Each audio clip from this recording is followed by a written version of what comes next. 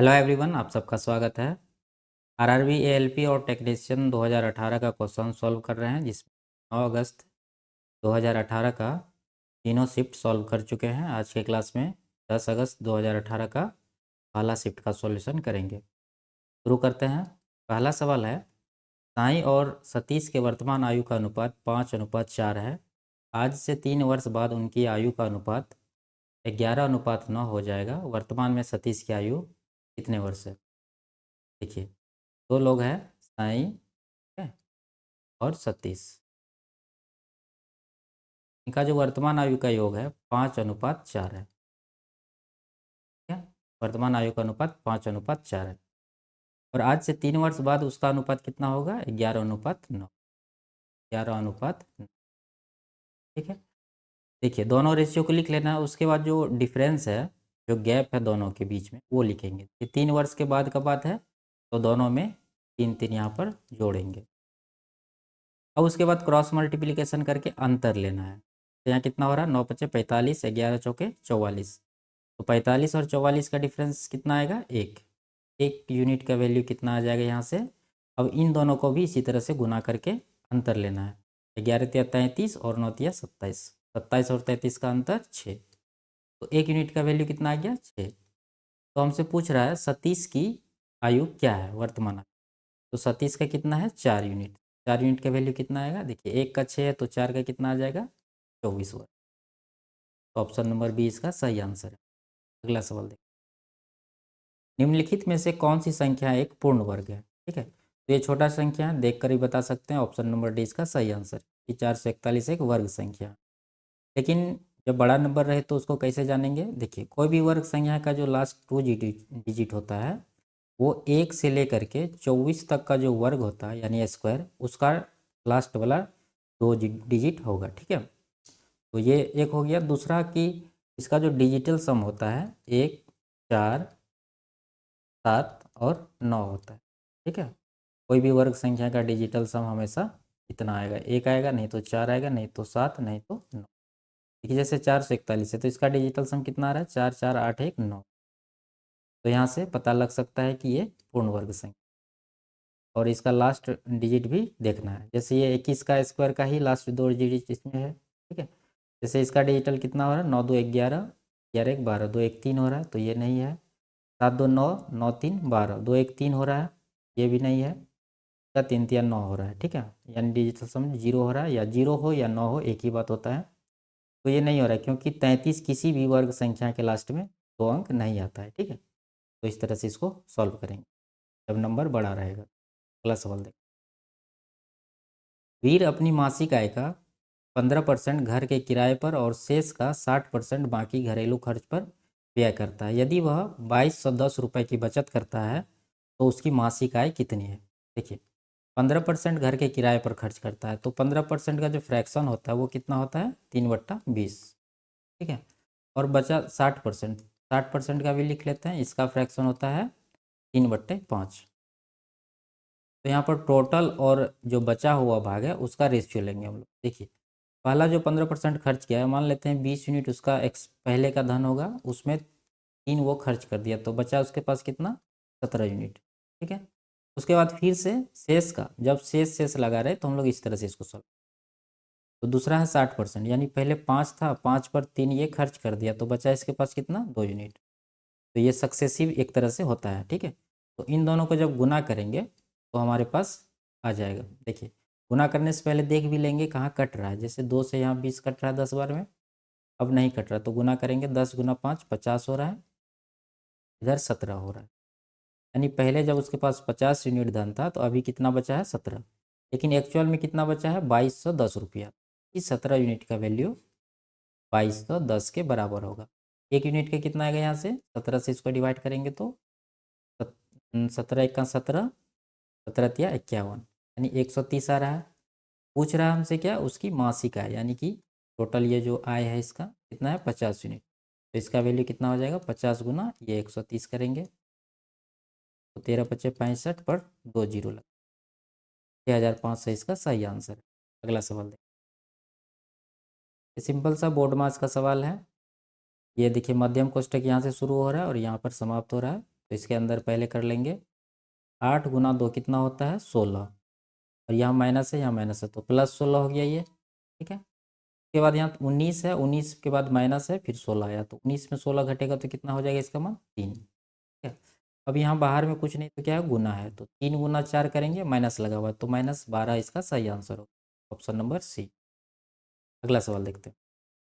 दो दशमलव का गुणनफल 0.768 है। यदि एक दशमलव संख्या 1.6 है तो दूसरी संख्या ज्ञात कीजिए। सिंपल सा है, इससे इसको डिवाइड कर देंगे, ठीक है। 0.768 को 1.6 से डिवाइड कर देंगे तो कितना आ जाएगा 16 चौके 64 और 16 अट्ठा 128, तो ये आ जाएगा 0.48। एक अंक के पहले यहाँ दशमलव है और यहाँ 3 अंक के पहले है, तो ये जो भागफल आया है इसमें 2 अंक के पहले दशमलव देंगे, तो ऑप्शन नंबर बी इसका सही आंसर होगा। अगला सवाल देखिए। एक लॉन रोलर 1 घंटे में 20 चक्कर लगाता है। 25 मिनट के दौरान यह कितने रेडियन चलेगा, ठीक है। कितना कौन चलेगा रेडियन में पूछ रहा है। देखिए 1 घंटा में कितना होता है 60 मिनट, यानी 60 मिनट में वो रोलर 20 चक्कर लगाता है, तो 1 मिनट में कितना लगाएगा 20/60। यहाँ 25 मिनट का पूछ रहा है तो 25 मिनट में कितना लगा देगा ये 25 गुना 20/60, तो ये कट जाएगा, बचेगा क्या हमारे पास 25/3। कितना चक्कर लगाएगा 25 मिनट, ठीक है। ये मिनट में टाइम दिया हुआ है, देखिए एक चक्कर लगाएगा तो पूरा चारों तरफ घूमेगा, तो ये कितना का कोण बनेगा टोटल 360 डिग्री, ठीक है। 360 डिग्री का टोटल कोण बनेगा। लेकिन यहाँ पर देखिए 25 मिनट में ये कितना डिग्री कितना घूम रहा है, ये 25/3 भाग ही घूम रहा है, तो 360 का 25/3 भाग कैलकुलेट करेंगे तो कोण हमारे पास आ जाएगा, तो ये कितना आएगा 3 से इसको कटाते हैं 120 आ रहा है, यानी 120 गुना 25, ये डिग्री में आएगा। और इसको रेडियन में बदलने के लिए क्या करेंगे π/180 से गुना करेंगे, तो एक कटा देते हैं इसको, 60 दूना 120, 60 दिया 180, ये 25 गुना 2 50 और पाए, ये हो गया 50 पाई और नीचे रह गया 3, ये हमारा सही आंसर ऑप्शन नंबर ए, ठीक है। अगला सवाल देखिए। दिए गए आंकड़ों के आधार पर शहर सी में शिक्षित लोगों का प्रतिशत क्या है। सिंपल सा सवाल है, सिटी सी यहाँ पर है, इसमें टोटल पॉपुलेशन है 150, उसमें जो शिक्षित है वो कितना है 50, तो 50 150 का कितना परसेंट है, ये कटा देते हैं इसको 3 बार में, यानी 1/3 आया, ये होता है 33.3%। ऑप्शन नंबर डी इसका सही आंसर। अगला सवाल देखिए। पहली 5 त्रिकोणीय संख्याओं का क्या माध्य है, ठीक है। ट्रायंगुलर नंबर जो होता है वो कैसे होता है, 1 से शुरू करते हैं फिर उसमें 2 जोड़ते हैं, कितना हो जाएगा ये 3, ठीक है। यहाँ पर देखिए 2 जुटा 3 हुआ, फिर उसके बाद अगला जो नंबर आएगा वो क्या आएगा 3 जोड़ेंगे इसमें, तो 3 3 कितना हो जाएगा 6, फिर अगला नंबर जो आएगा उसमें 4 जोड़ेंगे, 6 4 10, फिर जो इसके बाद वाला नंबर आएगा उसमें 5 जोड़ेंगे, तो ये कितना हो जाएगा 10 5 15। ये हमारे पास पहली जो ट्रायंगुलर नंबर है यानी त्रिकोणीय संख्या है 5 तो वो निकल गया है। अब इसका एवरेज पूछ रहा है, तो सबको जोड़ के 5 से डिवाइड कर देंगे, तो जोड़ के कितना हो रहा है ये 15 10 25 6 21, 21 3 24 1 25 हो रहा है, 25 नहीं 3 1 4 4 6 10 10 20 10 30 5 35 हो रहा है, ठीक है। 35 को टोटल नंबर यानी कितना नंबर है यहाँ पर 5, 5 से इसको डिवाइड करेंगे तो कितना आएगा आंसर 7, तो ये सवाल का सही आंसर होगा ऑप्शन नंबर। ट्रायंगुलर नंबर इसी तरह से निकाल सकते हैं, लेकिन देखिए ये 5 ठो था शुरू में तो निकाल लिए, अगर ज़्यादा रहता या फिर पूछ लेता कि 15वां जो है 15वां ट्रायंगुलर नंबर क्या होगा। देखिए कोई भी ट्रायंगुलर नंबर पूछे तो ये फॉर्मूला लगा देंगे n × n+1/2। 15वां पूछ रहा है तो n का वैल्यू 15 रख देंगे। जैसे यहाँ देखिए 5वां क्या है ट्रायंगुलर नंबर 15 है, तो 15 निकालते हैं हम लोग इस फॉर्मूला से, ये 5वां नंबर है, तो n का वैल्यू जब 5 रखेंगे तो ये कितना होगा 5 5 गुना 6/2, 2 तिया 6 5 तिया 15, 15 आ रहा है, ठीक है। तो 15 यहाँ भी है, तो इस फॉर्मूला में जो भी पूछे 20वां अगर पूछता ट्रायंगुलर नंबर तो n का वैल्यू 20 रख के हम लोग आराम से निकाल सकते हैं, कुछ भी पूछे ये फॉर्मूला याद रखना है। अगला सवाल देखिए। यदि cosec theta plus cot theta बराबर 2 हो तो कॉट थीटा का वैल्यू क्या होगा। ठीक है, देखिए एक तरीका तो ये है कि कोई भी वैल्यू पुट करके थीटा का मान या 3 4 5 में से यहाँ पर सेटिस्फाई करा लीजिए, जो वैल्यू सेटिस्फाई होगा वही आंसर हो जाएगा। लेकिन और दूसरा तरीका है कि इसको बेसिक से करेंगे, जो नॉर्मल तरीका है, तो उससे थोड़ा टाइम लगेगा। तो पहले इसको शॉर्टकट करके देखते हैं। जैसे एक ट्राइंगल है, देखिए यहाँ पूर्णांक आ रहा है जोड़ के, अगर थीटा का वैल्यू यहाँ रखेंगे तो इसी में पूर्णांक नहीं आ रहा है। ठीक, 0 डिग्री रखेंगे तो नहीं आएगा, 30 रखेंगे तो भी नहीं आएगा। तो यहाँ पर एक 3 4 5 का ट्रिपलेट होता है, 3 4 5 पाइथागोरस ट्रिक, ये याद रखिएगा। देखिए का एच हो जाएगा 5 और का जो बेस है 4, ये जो पी है कितना हो जाएगा 3 4 5, समकोण त्रिभुज में हमेशा लागू होता है। तो ये वैल्यू यहाँ पर रख के देखेंगे क्या सेटिस्फाई हो रहा है। कॉसेक थीटा है पहले, कॉसेक थीटा का होता है एच बट्टा पी और कॉट थीटा होता है बी बट्टा पी। तो यहाँ पर कितना हो रहा है, एच का मान है 5 और पी का मान है कितना 3, उसके बाद प्लस बी का मान कितना है 4 और पी का मान है 3। ये कितना हो रहा है 5 4 9 बट्टा, ये कटा के आ रहा है 3, ये नहीं हुआ। एक बार और ट्राई करेंगे हम लोग इस वैल्यू को बदल के, जैसे यहाँ 3 है और यहाँ पर 4 है, तो 4 को यहाँ पर देंगे और 3 को यहाँ पर रख के देखेंगे ये कितना हो जाएगा। इसमें रखते हैं, एच का मान है 5, ई का मान है 4 प्लस बी का मान है कितना 3 और बी पी का मान है कितना 4। ये कितना हो रहा है 5 3 8 बट्टे 4, ये कटा के कितना हो रहा है 2। यहाँ भी 2 पहले से दिया होगा, इसका मतलब है कि ये वैल्यू हमारा सेटिस्फाई कर रहा है। तो यहाँ पर पूछ रहा है कॉट थीटा का मान क्या होगा। कॉट थीटा क्या होता है, बी बट्टा पी। तो बी कितना है यहाँ पर, बी है 3, पी है 4, 3 बट्टा 4 यानी कि 0.75 इस सवाल का सही आंसर है और डी। अब इसको बेसिक से कैसे करेंगे, देखिए ये कॉसेक थीटा को क्या लिख सकते हैं 1 बट्टा साइन थीटा और कॉट थीटा को कॉस थीटा बट्टा साइन थीटा बराबर 2 है। तो जोड़ेंगे तो कितना आएगा, 1 प्लस कॉस थीटा बट्टा साइन थीटा बराबर 2। अब दोनों तरफ स्क्वायर कर दी, तो ये क्या हो जाएगा, का square 1 plus cos square theta plus 2 cos theta, A plus B का होल स्क्वायर यहाँ लगेगा ऊपर में और नीचे क्या हो जाएगा साइन स्क्वायर थीटा और राइट साइड क्या होगा 2 का स्क्वायर 4। अब देखिए 1 plus cos square theta plus 2 cos theta बराबर 4 है, यहाँ से साइन स्क्वायर थीटा को इस तरफ लाएंगे तो ये हो जाएगा 1 माइनस कॉस स्क्वायर थीटा, हो नहीं जाएगा, इसको बदल दिए क्योंकि साइन स्क्वायर थीटा बराबर होता है 1 माइनस कॉस स्क्वायर थीटा। अब यहाँ पर देखिए कॉस स्क्वायर थीटा है और यहाँ से 4 गुना कॉस स्क्वायर थीटा, तो 4 कॉस स्क्वायर थीटा माइनस में, तो इस तरफ लाएंगे तो कितना हो जाएगा 5 कॉस स्क्वायर थीटा। ठीक है, दोनों जोड़ के उसके बाद 2 कॉस थीटा को लिख देंगे, उसके बाद 1 है और यहाँ पर कितना है 1 गुना 4 4 हो रहा है, तो 4 जब इस तरफ आएगा तो 1 में घटेगा तो बचेगा क्या -3 बराबर उधर हो जाएगा 0। तो हमारे पास आ गया ये द्विघात समीकरण के रूप में ये। ठीक है, यहाँ पर x के जगह पर कॉस स्क्वायर थीटा। तो एक क्लास में पिछले क्लास में चर्चा की थी इसका डायरेक्ट x का वैल्यू यहाँ से कैसे निकालते हैं। तो देखिए यहाँ पर x के जगह पर कॉस है तो कॉस थीटा का वैल्यू कैसे निकलेगा, इसको 2 पार्ट में तोड़ना है 2 कॉस को और इस तरह से तोड़ना है कि गुणनफल कितना हो जाए 5 तिया 15 यानी -15 हो जाए। तो इसको सिंपल है 5 और -3 करेंगे, 5 में से 3 घटाएंगे 2 होगा, गुना करेंगे तो इसके बराबर हो जाए। लेकिन ये का वैल्यू नहीं है, इसका वैल्यू को उल्टा के लिखते हैं, जैसे प्लस में 5 है तो इसका माइनस में 5 आ जाएगा, उसके बाद माइनस में 3 है तो ये प्लस में 3 आ जाएगा। ठीक है, और यहाँ जो गुणांक है इसका कॉफिशिएंट 5, इससे भी इसको डिवाइड करना पड़ेगा।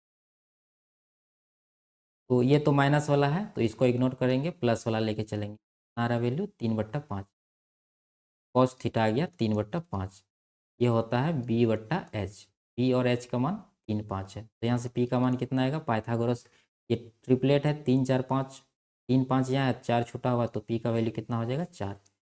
अब यहीं से वैल्यू को कॉट थीटा में रख देंगे तो हमारा आंसर ठीक है, अगला सवाल देखते हैं। 10% लाभ को मिलाकर किसी वस्तु का विक्रय मूल्य 440 था, 370 में वस्तु को बेचने पर कितने परसेंट की हानि होती है? देखिए, 440 में बेचता है तो कितना होता है? 10% का लाभ होता है, यानी वस्तु कितना में बिकता है? 110% में। तो अब बेचना है इसको 370 में, तो कितना लाभ होगा या हानि होगा? देखिए, 110 440 में बेच रहा है तो 110 का इसको मिल रहा है, तो एक किक नियम से इसको कितना हो जाएगा? 110/440, और इतना का निकालना है तो इससे इसको गुना भी करेंगे, तो ये कट जाएगा 4 बार में। 4 से इसको कटाते हैं, 4 नमा 36, 4 दूना 8 और 2 5, 4 पंचे 20, 4 नमा 36, 4 दूना 8, 4 पंचे 20, यानी 92.5% में इसका वस्तु सेल होगा जब ये इस प्राइस पे बेचेगा। तो कॉस्ट प्राइस कितना होता है? हमेशा 100% होता है। अब 100% में इतना ही मिल रहा है तो इसका मतलब है कि 7.5% का हमको नुकसान हो रहा है। 100% से ज़्यादा में बिकेगा तो लाभ होगा, कम में बिक रहा है तो नुकसान है, तो यहाँ कम में बिक रहा है तो नुकसान है, कितना का? 7.5% का। ऑप्शन नंबर बी इसका सही आंसर है। अगला सवाल देखते हैं। प्रतिवर्ष औसत वेतन वर्ष 2001 से 6 के दौरान कितना है? देखिए, औसत वेतन पूछ रहा है ना, सैलरी 1 से 6 तक, तो सैलरी ये है, ये सबको नहीं देखना है, तो ये वाला को जोड़ के, और कितना हो रहा है टोटल? टोटल 6 वर्ष का है तो 6 से इसको डिवाइड करेंगे तो आंसर आ जाएगा 3600। अगला सवाल देखिए। करा वह भी नहीं ज्ञात कीजिए जो 4/7 से उतना ही अधिक है जितना वह 5/6 से कम है। ठीक है, तो इसका आंसर डायरेक्ट निकालेंगे, इन दोनों को जोड़ के इसका एवरेज ले लेंगे, और ये क्यों करेंगे अभी बताते हैं। पहले इनको जोड़ते हैं, 4/7 प्लस 5/6 को 2 से डिवाइड करेंगे, ये कितना आ जाएगा? एलसीएम आ रहा है 42, इधर हो रहा है 6 चौके 24, इधर हो रहा है 7 पचे 35, और नीचे है 2, तो 24 और 35 कितना हो जाएगा? 59, बट्टा इन दोनों को गुना कर देते हैं, 42 दूना 84। ठीक है, ये इसके नीचे क्या है? कुछ नहीं तो 1 है, तो ये उलट जाएगा तो 2 से 42 गुना हो जाएगा, इसलिए 60/84 इसका सही आंसर। ठीक है, अब यहाँ पर ऐसे क्यों किया है? देखिए, मान लेते हैं कोई संख्या 10 मान लें, कहेंगे कि ये 6 से उतना ही अधिक है जितना ये 14 से कम है। ये 10 जो है 6 से उतना ही अधिक है जितना 14 से कम है। जैसे यहाँ पर 2 संख्या दिया हुआ है, तो यहाँ पर हम लोग माने वो 2 संख्या क्या है? 6 और 14। तो उस संख्या के ये 10 के बारे में पूछेंगे कि वह संख्या 6 से उतना ही अधिक है जितना वह 14 से कम है। तो देखिए, इसके बीच में जो ठीक बीच में संख्या आएगा वो हमेशा इन दोनों का एवरेज ही होगा। 6 से 4 जोड़ेंगे तो 14 होगा, फिर 6 में 4 जोड़ेंगे तो 10 होगा, 10 में 4 जोड़ेंगे तो 14 होगा, सबका डिफरेंस 4 इसलिए इसको डायरेक्ट एवरेज ले ली। यानी तो आप इस तरह से कर सकते हैं, उस संख्या को x मान सकते हैं। अब x इससे अधिक है तो x माइनस 4/7 करेंगे, फिर वो इससे कम है यानी 5/6 में x को माइनस करेंगे, तो यहाँ से भी करेंगे तो ना ही करना पड़ेगा। ठीक है, थोड़ा सा 1-2 लाइन एक्स्ट्रा करना पड़ेगा पहले, के बाद यहाँ पर पहुँचे, इसलिए इस लैंग्वेज को समझ के डायरेक्ट ऐसे कर लेना है। अगला सवाल देखें। 2sec² x plus 10square x बराबर 5 है, और थीटा का मान जो है, यानी x का मान जो है 0 डिग्री और 90 डिग्री के बीच है, तो x का मान क्या है? देखिए, इस समीकरण को थोड़ा सा तोड़ते हैं। 2sec² बराबर क्या होता है? sec² बराबर होता है 10² प्लस 1। ठीक है, यहाँ पर हम लिखते हैं sec² थीटा बराबर होता है 10² प्लस 1, और 10² थीटा बराबर होता है sec² थीटा माइनस 1। ठीक है, ये 2 सूत्र बहुत काम का है, तो इसको लिख दिए। उसके बाद क्या है? -10² थीटा, मतलब x पहले से है, यहाँ पर x, और बराबर 5 दिया। तो यहाँ देखिए, गुना करके कितना हो रहा है? 2 10² और ये 1 10² पहले से, घट के कितना हो जाएगा? 1 10² x। उसके बाद ये देखिए, 2 गुना 1 2 हो रहा है, और इस तरफ 5 पहले से है, 5 में 2 घट जाएगा तो क्या बचेगा? 3। तो यहाँ से 10x का वैल्यू, यहाँ से स्क्वायर हटाएंगे तो इधर रूट आ जाएगा, तो 10x का वैल्यू कितना है? √3। और √3 किसका वैल्यू होता है? यानी कि 10 थीटा के रूप में 10 थीटा कितना होता है? √3। थीटा का वैल्यू जब 60 डिग्री होता है तो उसका वैल्यू √3। 10 में 10 0 डिग्री तो 0 होता है। 30 डिग्री 1/√3 होता है। उसके बाद 45 डिग्री 1 होता है। 60 डिग्री √3 होता है और 90 डिग्री अनडिफाइंड है। ठीक है, तो इस तरह से इसका सही आंसर ऑप्शन नंबर डी है। अगला सवाल देखिए। दो भिन्नों का योग 5/6 है, इनमें से एक 3/4 है तो दूसरी क्या है? सिंपल सा है। 5/6 योग है तो 5/6 में ये जो दूसरा भिन्न है 1 3/4, इसको माइनस कर तो आंसर आ जाएगा 1/12। अगला सवाल देखिए। दीप्ति ने 175 में कपों का एक सेट खरीदा, परंतु पुराने स्टॉक को ख़त्म करने के लिए 161 में बेच दिया। दीप्ति को कितने % की हानि होगी? देखिए, 175 का चीज़ 161 में बेच, यहाँ 14 रुपये का नुकसान है। परसेंट निकालने के लिए कॉस्ट प्राइस नीचे देना होगा। कॉस्ट प्राइस कितना है? 175। इसको 100% से गुना करेंगे तो ये कितना आ जाएगा? 25 चौके 100, 25 सत्ता 175 और 7 दूना 14, तो 2 गुना 4 कितना आ रहा है? 8%। ऑप्शन नंबर है इसका सही आंसर। अगला सवाल देखिए। 900 मीटर की एक दौड़ में सतीश किरण को 270 मीटर से और राहुल को 340 मीटर से पराजित करता है। इस दौड़ में किरण राहुल को कितने मीटर से पराजित करेगा? देखिए, 3 लोग हैं, सतीश, किरण और राहुल। सतीश जब 900 मीटर दौड़ता है तो ये किरण को 270 मीटर से हरा देता है। इसका मतलब किरण जो है 900 से 270 मीटर कम दौड़ता है। तो 900 में 270 माइनस करें तो कितना आएगा? 630, यानी किरण 630 मीटर ही दौड़ पाता है। उसके बाद राहुल को 340 मीटर से हराता है। तो सतीश दौड़ता है जब 900, तो राहुल 340 कम दौड़ता होगा, तो 340 में माइनस करेंगे तो कितना आ जाएगा? ये 560। इन तीनों का जो डिस्टेंस का रेशियो है वो निकल गया, तो रेशियो ले ही लेते हैं। वैसे किरण और राहुल के बारे में पूछ रहा है तो 37 को छोड़ देंगे। किरण और राहुल का लेंगे, 0 0 काट देते हैं। 7 9 63, 7 8 56, यानी कि 9 और 8 का रेशियो आया है। अब कह रहा है कि इसी दौड़ का मतलब ये 900 मीटर का ही दौड़ में राहुल को कितने मीटर से पराजित करेगा। तो दौड़ होगा 900 मीटर का, यानी जब किरण 900 मीटर दौड़ेगा तो राहुल कितना दौड़ेगा? 9 का 100 गुना है 900, तो ये 8 का भी 100 गुना हो जाएगा, 800 मीटर। यानी जब किरण दौड़ेगा 900 मीटर तो राहुल 800 मीटर ही दौड़ पाएगा। तो कितना मीटर से हराएगा? 100 मीटर। दोनों का जो डिफरेंस, ऑप्शन नंबर डी इसका सही आंसर होगा। अगला सवाल देखते हैं। किसी व्यक्ति ने 60 रुपये में एक वस्तु को खरीद कर उसे 25% लाभ पर बेच दिया, तो वस्तु का विक्रय मूल्य क्या है? सिंपल सा है, 60 का 25% पर बेचा है तो 125/100 कर, 25 चौके 100, 25 पंचा 100, 125, 4 से 100 कटाएंगे 15 बार में, 15 गुना 5 75। इस सवाल का सही आंसर। अगला सवाल देखिए। 150 मीटर लंबी ट्रेन 54 किलोमीटर प्रति घंटे की रफ्तार से चलते हुए किसी प्लेटफॉर्म को 42 सेकंड में पार कर लेती है, तो प्लेटफॉर्म की लंबाई क्या है?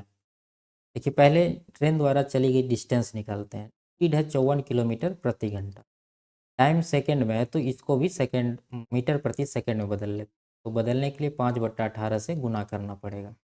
ठीक है, ये मीटर प्रति सेकंड में इस स्पीड आ गया। अब टाइम कितना दे रखा है? 42 सेकंड, तो 42 से गुना करेंगे तो कितना आ जाएगा? 18 या 54, 3 गुना 15 15, 3 गुना 5 15 हो रहा है, 15 गुना 42 कितना हो जाएगा? 15 चौके 60, 630। ठीक है, 630 मीटर टोटल डिस्टेंस कवर किया है ट्रेन। लेकिन उसमें 150 मीटर का ट्रेन का लंबाई है, 150 इसमें लोग माइनस कर देंगे। ठीक है, तो बचेगा क्या हमारे पास? 80, इधर हो गया 4, यानी 480 मीटर। तो ये बचा हुआ जो लंबाई है यही है प्लेटफॉर्म का लंबाई। ऑप्शन नंबर बी इसका सही आंसर है। अगला सवाल देखते हैं। क्रिस पार्थिव से 5 वर्ष छोटा है। 8 वर्ष पहले क्रिस की उम्र का 3 गुना पार्थिव के उम्र के 2 गुने से 10 वर्ष ज़्यादा था। क्रिस की वर्तमान उम्र क्या है? देखिए, यहाँ कह रहा है क्रिस पार्थिव से 5 वर्ष छोटा है, तो मान लेते हैं पार्थिव का जो उम्र है x वर्ष, तो क्रिस का उम्र कितना होगा? इससे 5 वर्ष छोटा है तो क्रिस हो जाएगा x-5। ठीक है, ये वर्तमान आयु का बात है। तो देखिए, 8 वर्ष पहले का ये कंडीशन है, तो हम लोग 8 वर्ष पहले जाने के लिए दोनों में 8 8 माइनस करना पड़े, कर दिए। अब यहाँ जो कंडीशन है उसके अनुसार हम लोग समीकरण बनाएंगे। अरे 8 वर्ष पहले क्रिस की उम्र का 3 गुना, क्रिस का जो उम्र है इसका 3 गुना, तो क्रिस का उम्र कितना है x, ये जोड़ के कितना हो जाएगा -13, इसका 3 गुना। पार्थिव के उम्र के 2 गुने से 10 वर्ष अधिक था। पार्थिव का उम्र कितना है x - 8 का 2 गुना करेंगे और इसमें 10 जोड़ेंगे क्योंकि यहाँ करा 10 ज़्यादा था, 10 जोड़ दिए। ठीक है, इसमें से x का वैल्यू निकालेंगे तो आंसर आ जाएगा। तो ये कितना हो रहा है देखिए यहाँ पर 3 गुना x 3x, इधर हो रहा है 2x, दोनों का अंतर x हो जाए। उसके बाद पूर्णांक निकालते हैं। देखिए यहाँ पर 8 दूना 16, -16 हो रहा है, यहाँ पर +10 है तो कुल मिला के -6 हुआ और 13 तिया 39, माइनस में है 39, इस तरफ जाएगा तो +39 हो जाएगा। तो x का वैल्यू यहाँ से कितना आएगा, 40 में 6 घटेगा तो 33। ठीक है, x का वैल्यू 33 आएगा। पूछ रहा है क्रिस की वर्तमान उम्र, तो क्रिस का वर्तमान उम्र क्या है, ये x - 5 है। ठीक है, x में 5 माइनस करेंगे, कहने का मतलब है x का वैल्यू 33 है, इसमें 5 माइनस कर देंगे तो कितना आ जाएगा 28 साल। इस सवाल का सही आंसर ऑप्शन नंबर डी। ठीक है, तो इसी सवाल के साथ आज का क्लास समाप्त करते हैं, मिलते हैं अगले क्लास में, तब तक के लिए बाय बाय, टेक केयर।